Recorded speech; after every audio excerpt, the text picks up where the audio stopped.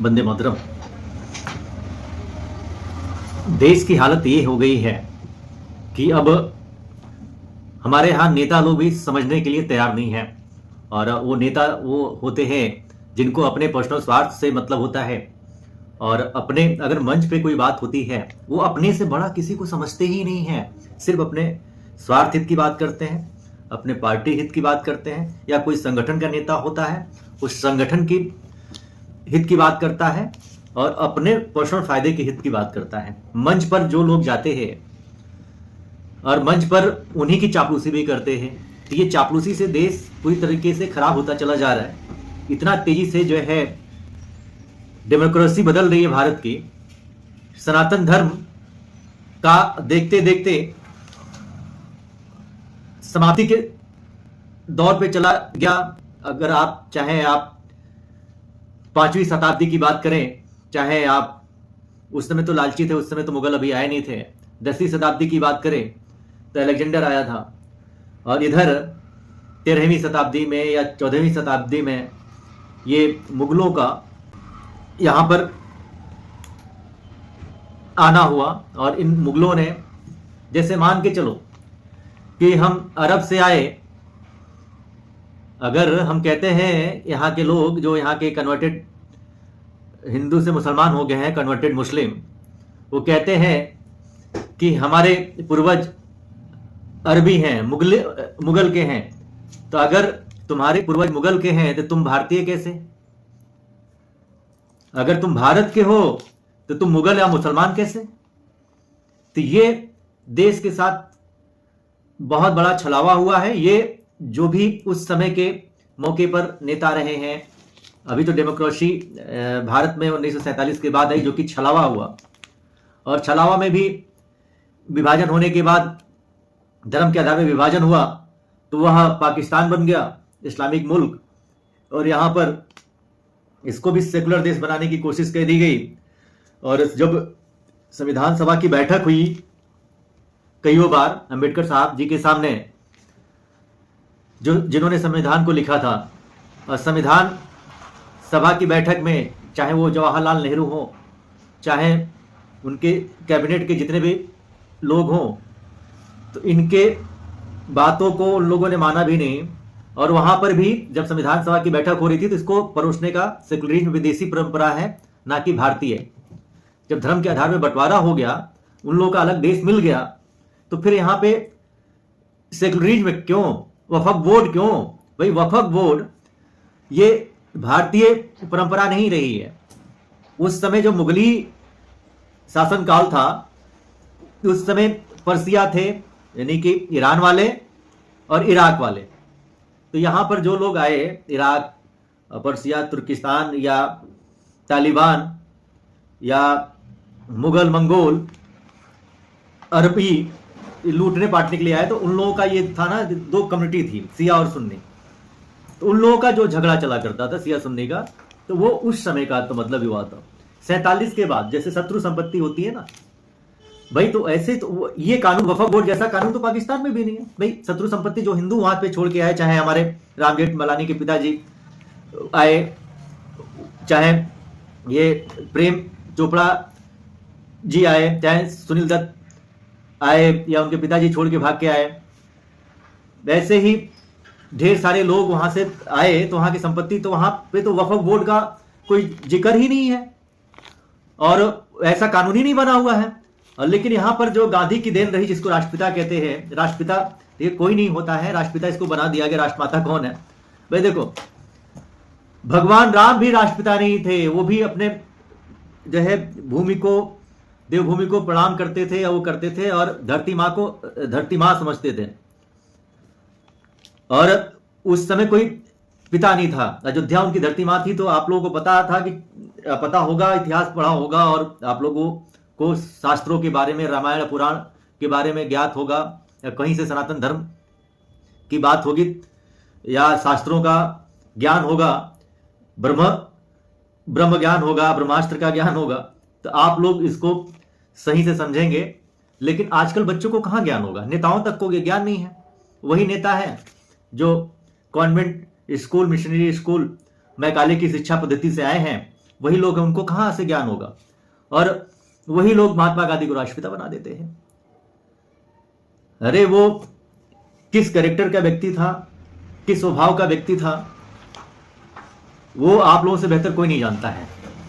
लेकिन अब धीरे धीरे जन जागरण हो रहा है, लोगों के अंदर चेतना आ रही है, जागरूकता आ रही है, लोग समझ रहे हैं, लेकिन बोलने से डरते हैं कि कब कहां क्या किसको बोलना चाहिए। कटु सत्य बोलिए और जरूर बोलिए, गलत हो रहा है तो जरूर बोलिए, अन्यथा ये नेता लोग जैसे सदियों से होता चला आ रहा है, कई शताब्दियों से होता चला आ रहा है, हमारे कई पीढ़ी गुजर गई, हमारी सनातन को ये लोग मिटा ना सके, ना मिटेगा।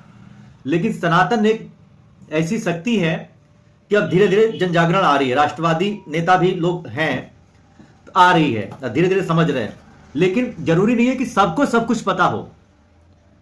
जिस विषय का जो ज्ञाता हो, जिस विषय का जो जानकार हो, उसको मंच पे बुलाए और सनातन धर्म का जो विशेषता है, सनातन धर्म कैसे हुआ, कैसे विकास हुआ, और सनातन धर्म में कौन कौन वीर थे, कौन सुरवीर थे, जैसे हमारे शिवाजी की बात करी जाए, छत्रपति शिवाजी की, चाहे महाराणा प्रताप सिंह जी की, चाहे पृथ्वीराज चौहान जी की, भगत सिंह जी की, चंद्रशेखर आजाद जी की, या राजा पोरस, अशोक सम्राट, या चंद्रगुप्त मौर्य।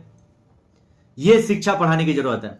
हमारे यहाँ अगर बात करी जाए, अभी देखा जा रहा है कि बजट सत्र चल रहा है। अब बजट सत्र में जो है जेपीसी का जो बिल आया हुआ है, जेपीसी के बिल में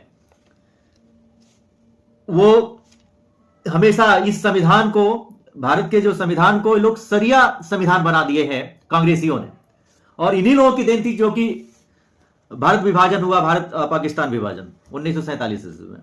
और जो कानून हमारे यहां परोसे गए, थोपे गए, वो ब्रिटिश काल वाला ही परोसा थोपा गया, जो कि वो शासन करने के लिए कानून बनाए थे। चाहे वो हमारा 1860 वाला आपका जुडिशियल रिफॉर्म हो, मतलब जुडिशियरी हो, यानी कि न्याय संहिता, और चाहे आपका पुलिस एक्ट हो या प्रशासनिक एक्ट हो, या 1861 वाला, उसी को परोसा गया।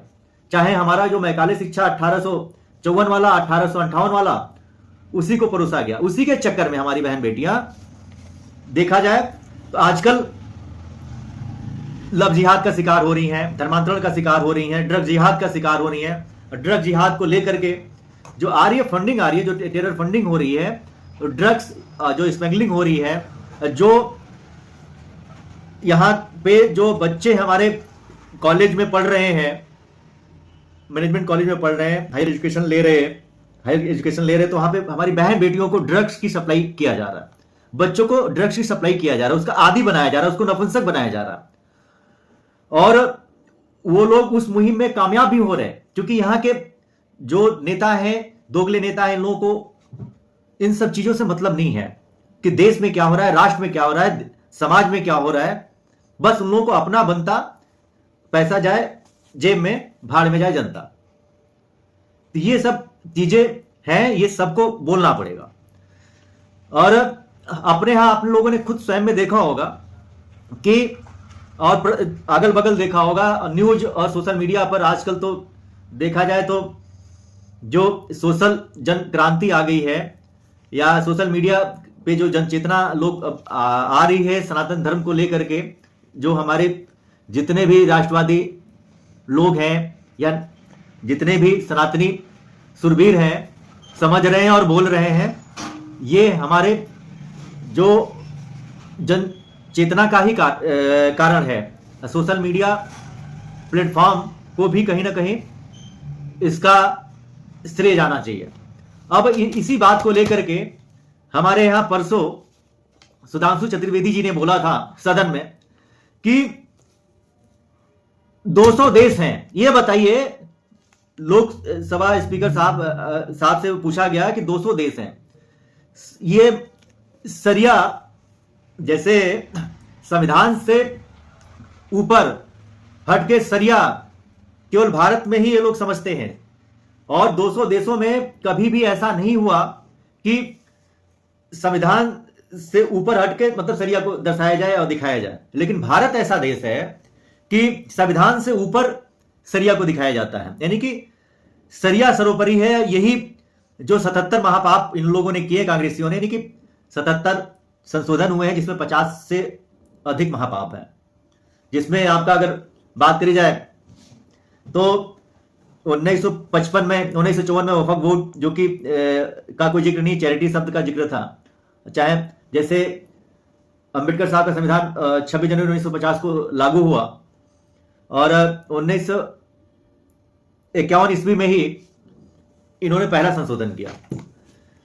संशोधन ये किया कि ये बताइए कि जैसे एक देश एक विधान होता है, एक देश एक संविधान होता है, तो संविधान का मतलब होता है संविधान, मतलब सबके लिए बराबर विधान। एक आईएएस पीसीएस बनने के लिए एक प्रॉपर एक क्वालिफिकेशन सेट होता है। एक प्यून बनने के लिए, चपरासी बनने के लिए, गवर्नमेंट जॉब के लिए एक क्वालिफिकेशन सेट होती है। एक डॉक्टर बनने के लिए, उसको क्वालिफाई करने के लिए, कंपटीशन बीट करने के लिए तमामों स्टेप्स होते हैं, एक क्वालिफिकेशन सेट होता है। एक सीए बनने के लिए, एक चार्टर्ड अकाउंटेंट बनने के लिए एक क्वालिफिकेशन सेट होता है। एक सीएस बनने के लिए, कंपनी सेक्रेटरी बनने के लिए एक क्वालिफिकेशन सेट होता है। अगर वही बात करी जाए, टीचर बनने के लिए एक क्वालिफिकेशन सेट होता है। एक जज बनने के लिए एक क्वालिफिकेशन सेट होता है। परंतु एक नेता बनने के लिए कोई क्वालिफिकेशन सेट नहीं हुआ। यानी कि एक देश एक विधायिका संहिता भी तो होना चाहिए देश में।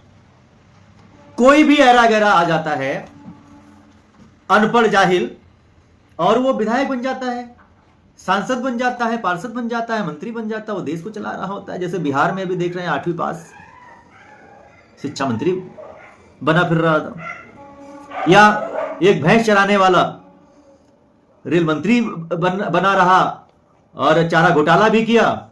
चारा घोटाला करने के बाद जो है कई ऐसे घोटाले हुए कि जो है जमीन के नाम पर नौकरी, तमामों घोटाले गिनाया जाए तो अनगिनत गुंडा माफियाओं जैसे साबुद्दीन को, चाहे बच्चा यादव, चाहे ऐसे ही बात करी जाए तो विजय सिंह या पप्पू यादव, ढेर सारे ऐसे लोगों को, गुर्गों को पाल के रखा और वो सजा याफ्ता भी है। लेकिन पार्टी अध्यक्ष आज भी बना हुआ है, यानी कि अपने पार्टी का अध्यक्ष आज भी बना हुआ है, यानी कि सजा याफ्ता है, पार्टी अध्यक्ष बन सकता है। क्वालिफिकेशन कोई सेट नहीं है, कोई विधायक का संहिता है ही नहीं इस देश में।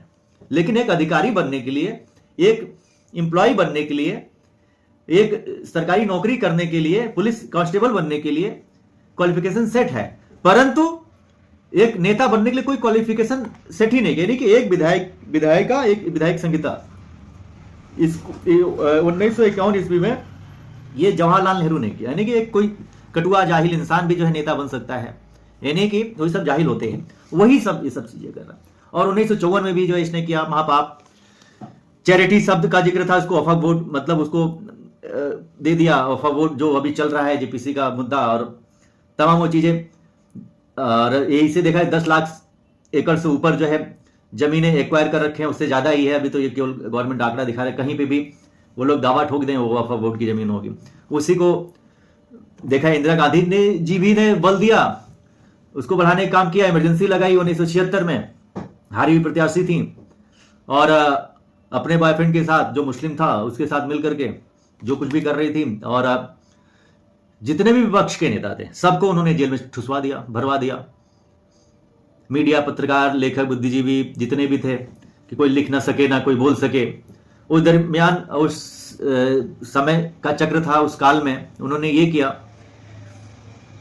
इंदिरा खान, फिरोज खान की वाइफ ने, जो कि अपने बॉयफ्रेंड के साथ में थी ना कि उनके साथ में, जो डिक्शनरी के ज्ञाता थे उनको बुलवाया। रातों रात उन्होंने मीटिंग करी अपने पर्सनल बंद कमरे में और पूछा कि सेकुलर का मतलब क्या होता है, सॉरी पंथ निरपेक्ष डिक्शनरी में क्या शो कर रहा है। उन्होंने कहा ये पंथ निरपेक्ष हटा करके धर्मनिरपेक्ष कर दीजिए। ये इतना बड़ा चला हुआ, और उसमें समाजवादी शब्द को भी जोड़ा गया, जो कि वही अम्बेडकर साहब ने उस चीज को वहां पर अपने संविधान सभा की बैठक में अस्वीकार कर दिया गया। कई बार मतलब 1961 में भी उसको एक बार प्रयास किया गया किया जाए, लेकिन इसको इन्होंने जो है इमरजेंसी काल में संविधान का गला घोट करके सेकुलरिज्म को लागू कर दिया, समाजवादी शब्द उसमें जोड़ दिया। ऐसे ही राजीव खान ने भी जो है, राजीव गांधी ने भी जो है उसको बढ़ावा दिया वफक बोर्ड को। बात करी जाए नरसिम्हा राव जी की सरकार ने जो किया महापाप, वो तो पूरा आनंद पावर ही दे दिया है कि केवल कहने मात्र से वक्फ बोर्ड की संपत्ति घोषित हो जाएगी। यानी कि 1995 वक्फ एक्ट कानून, जो कि महा घटिया कानून है, इस्लामीकरण के लिए ये एक ही ये जो आर्टिकल यही काफी है। अब धीरे धीरे सरिया में परिवर्तन हो ही चुका है। ऐसे ही नरसिम्हा राव जी ने प्लेसेस ऑफ वर्शिप एक्ट लेके आए, जो अयोध्या हमारे राम मंदिर वाला जो ये मुकदमा चला और हमारे भव्य मंदिर का निर्माण भी हुआ, केवल एक मंदिर के ऊपर छोड़ करके सब पे ऊपर मतलब उस पर रोक लगा दिया गया। भाई यहां पर अगर देखा जाए तो हर जगह हर मंदिरों पर, चाहे वो अयोध्या हो, चाहे मथुरा हो, चाहे काशी हो, चाहे देश के जितने भी मंदिर हैं, तो वहां पर उसके ऊपर केवल गुंबद इन लोगों ने जोड़ दिया और हमारे निशान को, हमारे धार्मिक स्थलों को मिटाने का काम किया। तो ये मुगल आए, ये सब किए, लेकिन इन लोगों ने भी इसको पूरा, जो हमने कहा ना बारंबार हर एक वीडियो में, कि जो वो मुगल नहीं कर पाए तलवार के डर पे डरा करके, या जो है ये अंग्रेजों ने जो है कानून बना करके यहाँ पे राज किया, लेकिन फिर भी हम लोग, हमारे पूर्वज लोग कभी हार नहीं माने, तभी हम लोग टीका लगा सकते हैं, तभी हम लोग सनातन धर्म की बात कर सकते हैं। जो डरपोक थे, तलवार के डर पे सलवार उतार दिए, जजिया कर देने के नहीं दे पा रहे थे, तो अपना जो है धर्म परिवर्तन कर लिया। वही वफा बोर्ड भी अब ब्लैकमेल कर रहा है, ऐसे लोगों को प्रॉपर्टी पे जो है कब्जा करता है, जिसको भाई देखो वफा बोर्ड जैसे 28 स्टेट है ना, हर स्टेट में एक वफा कोर्ट होता है, एक वफा ट्रिब्यूनल होता है, जहां का अगर वफा बोर्ड का जैसे मामला है तो वफा ट्रिब्यूनल में ही सुनवाई होगी। ये कांग्रेस ने मतलब वो किया है। ऐसे ही सनातन ट्रिब्यूनल की भी बात होनी चाहिए ना, जैसे कि देवकीनंदन ठाकुर जी बात कर रहे हैं, सनातन जन जागृति की बात करते हैं, चाहे हमारे धीरेन्द्र शास्त्री जी बात करते हैं, चाहे हमारे पुष्पेंद्र कुलशेष जी बात करते हैं, चाहे संजय शर्मा जी बात करते हैं, चाहे अगर ऐसे ही बात करी जाए योगी महाराज जी भी बात करते हैं, हमारे यूपी सीएम, भावी प्रधानमंत्री, अखंड भारत के भावी प्रधानमंत्री, विश्वगुरु, इन्हीं के उसमें होगा। अरे हमारे माननीय प्रधानमंत्री नरेंद्र मोदी जी अखंड भारत और विश्वगुरु की उपाधि रखते हैं। अभी वह फ्रांस जा रहे हैं और वो अमेरिका भी जा रहे हैं, जो कि अभी बात चल रही थी कि वहाँ घुसपैठियों को निकाला गया, चाहे भारतीयों को निकाला गया, चाहे इतने एक आंकड़ा दिखाया जा रहा है कि फ्लाइट से लोग आए और अमृतसर पहुंच चुके और वो हथकड़ी लगा के आए, सारी चीज़ें, तो उस पर भी चर्चा होगी। सब कुछ मोदी जी जा रहे हैं, ये कमियां को ना पकड़िए। भारत में भी घुसपैठिए बहुत से हैं, लेकिन अब इनको भी यहाँ से निकाल फेंकना है। लेकिन धैर्य मोदी जी रखे हुए हैं, तो उसके पीछे भी कुछ कारण होंगे, क्योंकि उनको सबको विदेश नीति और प्लस देश की नीति, हर एक चीज देख के चलना होता है। तो ये है, तो वही हम कह रहे हैं कि जैसे आज बोले थे हमारे 3 दिन पहले सुधांशु त्रिवेदी जी कि 10 बिंदुओं पे चर्चा अगर संक्षेप में की जाए, तो चाहे वह मदरसा बोर्ड हो आया, चाहे मुस्लिम पर्सनल लॉ बोर्ड आया, चाहे वक्फ बोर्ड आया, चाहे हज सब्सिडी आई, चाहे हलाला आया, या ट्रिपल तलाक आया, चाहे महरम या मेरा ये बच्चियों के लिए आया कि बच्चियों से भी शादी कर सकते हैं, 9 साल की बच्चियों से भी शादी कर सकते हैं, चाहे 8 ये तलाकशुदा औरत से भी शादी कर सकते हैं, इन लोगों क्या जायज़ है। पर्सनल लॉ बोर्ड अलग से बन गया, यानी कि सरिया पूरा संविधान में परोस दिया गया ना। वही मैकाले की शिक्षा, मैं बारंबार उस चीज को क्लिक करता हूं और उस मुद्दे पे आना स्वाभाविक सी बात है कि वो लोग कांग्रेसी ये कर सकते हैं, लेकिन यहां के जो नेता हैं उसी रंग में रंग चुके हैं। अपना भी वो वहां की शिक्षा लिए हुए हैं, अपने बहन बेटियों को भी पढ़ा रहे हैं, लिखा रहे हैं उसी कॉन्वेंट स्कूल में, जो कि कॉन्वेंट का मतलब लावारिस, मम्मी का मतलब जो होता है 100 और डैड का मतलब होता है डेथ, अंकल का मतलब जो है गाली होती है लैटिन भाषा में, चाहे वो फूफा हो, चाहे मामा हो, चाहे चाचा हो, चाहे कोई भी हो, तो उसको अंकल बोलते हैं। नहीं कि सब हर एक रिश्ते को अंकल, चाहे ससुराल पक्ष में जाइए, चाहे कहीं भी अंकल, सबको अंकल। अंकल मीन्स गाली, इसको बताया गया। तो वही आजकल के बच्चे, जैसे उन लोगों के यहाँ बात करी जाए तो 6 साल की बिटिया, यानी कि नाबालिग बच्चों के साथ भी रेप बलात्कार हो रहा है। सेक्स को इतना प्रोत्साहन दे दिया गया है कि क्या बताया जाए। इस्लाम में, इस्लाम मजहब है, कोई धर्म नहीं है, एक विचारधारा है। पैगंबर प्रॉफिट मोहम्मद पैगंबर सल अल अल सल्लम कहते हैं ना उसको, तो वो एक समझ लो कि लुटेरा था, वहां का एक बसर ही था, एक समझ लीजिए, ज्यादा डीपली ना जाए, बसर समझे। तो बसर ने ऐसा केस किया, ऐसा कांड किया कि उसने मतलब 14 शादियां करी, और हर स्टेट में अपने से कम उम्र के लड़कियों से शादी करता था, मंडी लगाता था वहां पर। तो उससे जो बच्चा पैदा होते थे अपना वो पूरा समूह बनाया। चाहे वो हुसैन साहब की बात करी जाए सियाओं में, करबला कांड की बहुत लंबी कहानी बता चुके हैं, इस पर विस्तृत चर्चा होगी। तो ये था, तो वो सब जो है छोटी उम्र में अपने दूध का बरावा भी नहीं होता है, और ना ही कोई परहेज होता है। हमारे यहाँ पैर छूते हैं बच्चों के, लक्ष्मी समझते हैं, देवी समझते हैं, दुर्गा समझते हैं। अभी चैत आ रहा है, हम लोग बच्चियों की पूजा होती है, लेकिन वो बच्चियों से दुराचार करते हैं, अत्याचार करते हैं, और कोई कसर नहीं छोड़ते हैं। जानवर तक को तो छोड़ते नहीं, बकरी तक को तो छोड़ते नहीं, आप लोग खुद देखते हैं, इतने क्रूर होते हैं। भैंस तक को नहीं छोड़ते, इतने वीडियो आप लोगों ने देखा होगा। कुत्ते बकरी कोई भी नहीं, मतलब अपने बच्चियों तक को भी जो है दूध का बराबर भी नहीं होता है, अपने सगी बेटियों के साथ जिना करते हैं। जिना का मतलब बलात्कार, अत्याचार, दुराचार। तो इस्लाम को इन लोगों ने संवैधानिक अगर भाषा में बात करी जाए तो शरिया कानून बनाने का प्रयास कर दिया, अम्बेडकर साहब के संविधान को। और यही अपने यहाँ बात करी जाए हिंदुओं में, तो ये सब तो 9 साल के बिटिया आयशा से भी शादी कर लिया था सल्लल्लाहु ने, और 6 साल में ही शादी कर लिया था। और फिर सगी बिटिया से 9 साल में उसका जब मतलब जो नेचुरली एक साइंटिफिक रीजन होता है आया, तो 9 साल में वो गर्भवती हो गई। और समझ लिए कि अपने वंशज को बढ़ाना था। वही देखो, इन लोगों की जनसंख्या बढ़ाना इन लोगों का कार्य होता है। मच्छर होते हैं, जितना मारो उतना पैदा होंगे। तो ये जनसंख्या बढ़ाने के लिए अपनी बिटिया से शादी कर लिया। और यही चीजें भारत में भी लागू है। वही सुधांशु चतुर्वेदी जी ने बोला सदन में कि मदरसा बोर्ड आया, मुस्लिम पर्सनल बोर्ड आया, जो कि संविधान में अधिकार प्राप्त है, वह बोर्ड आया, हज सब्सिडी आई, हलाला आया, ट्रिपल तलाक आया, महरम आया, तलाकशुदा औरतों से शादी करना, बेटियों से शादी करना, सारी चीजें। तो इन लोगों के यहाँ तो वो है। हमारे यहाँ बिटिया जैसे ड्रग्स का आदि हो चुकी है कॉलेजेस में, और ये मैकाले की शिक्षा को लेकर के मैंने बोला 1854 1858 वाला, तो उसमें ये ड्रग्स का हमारे बच्चों को नपुंसकता का शिकार बना रहे हैं। और हमारी बेटियां क्लब जाती हैं, पार्टी जाती हैं, और तमाम वो चीजें उन लोगों, कभी आप लोगों ने देखा क्लब जाते हुए, पार्टी में जाते हुए, चाहे खुला घूमते हुए। लेकिन हमारे यहाँ वो सब बाजपन का शिकार हुए, ड्रग ले रही हैं, दारू पी रही हैं, सिगरेट पी रही हैं, रोडों पे आप लोग देख रहे होंगे उनके साथ क्या क्या हो रहा है। और वो सब जो है 35 साल 40 साल की उम्र में शादी कर रही हैं।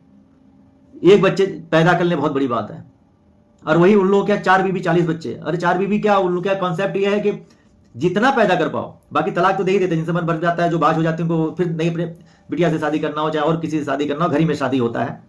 इनके यहाँ ये कॉन्सेप्ट है कि कैसे भी रिप्रोडक्शन करना है।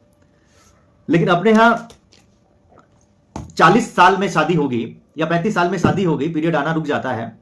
तो अपने यहाँ आप लोगों ने देखा होगा कि सबको कि जब बाज हो जाएगी तो क्या करना है, तो कैसे बच्चा पैदा होगा। उसके लिए कई बार डॉक्टर के पास जाते हैं, इलाज कराते हैं, कहते हैं कि आदमी में कमी है कि औरत में कमी है, किसके अंदर कमी है। तो उनके शुक्राणु की जांच होती है, तमाम वो साइंटिफिक डॉक्टर्स ये सब वो ट्रीटमेंट करते हैं।